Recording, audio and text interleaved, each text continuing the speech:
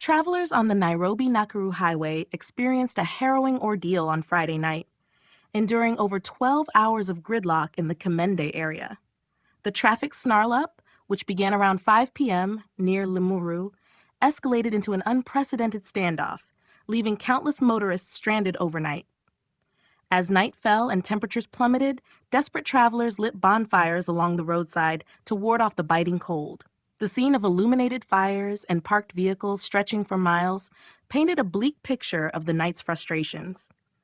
Social media buzzed with updates from stranded drivers and passengers, many venting their anger and dismay while sharing snapshots of the chaos.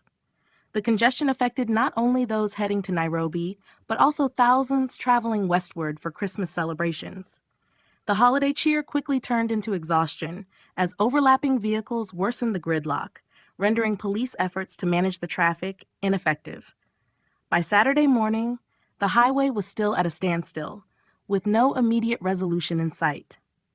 The situation underscored the challenges of holiday season travel on Kenya's major routes, highlighting systemic issues in traffic management and infrastructure.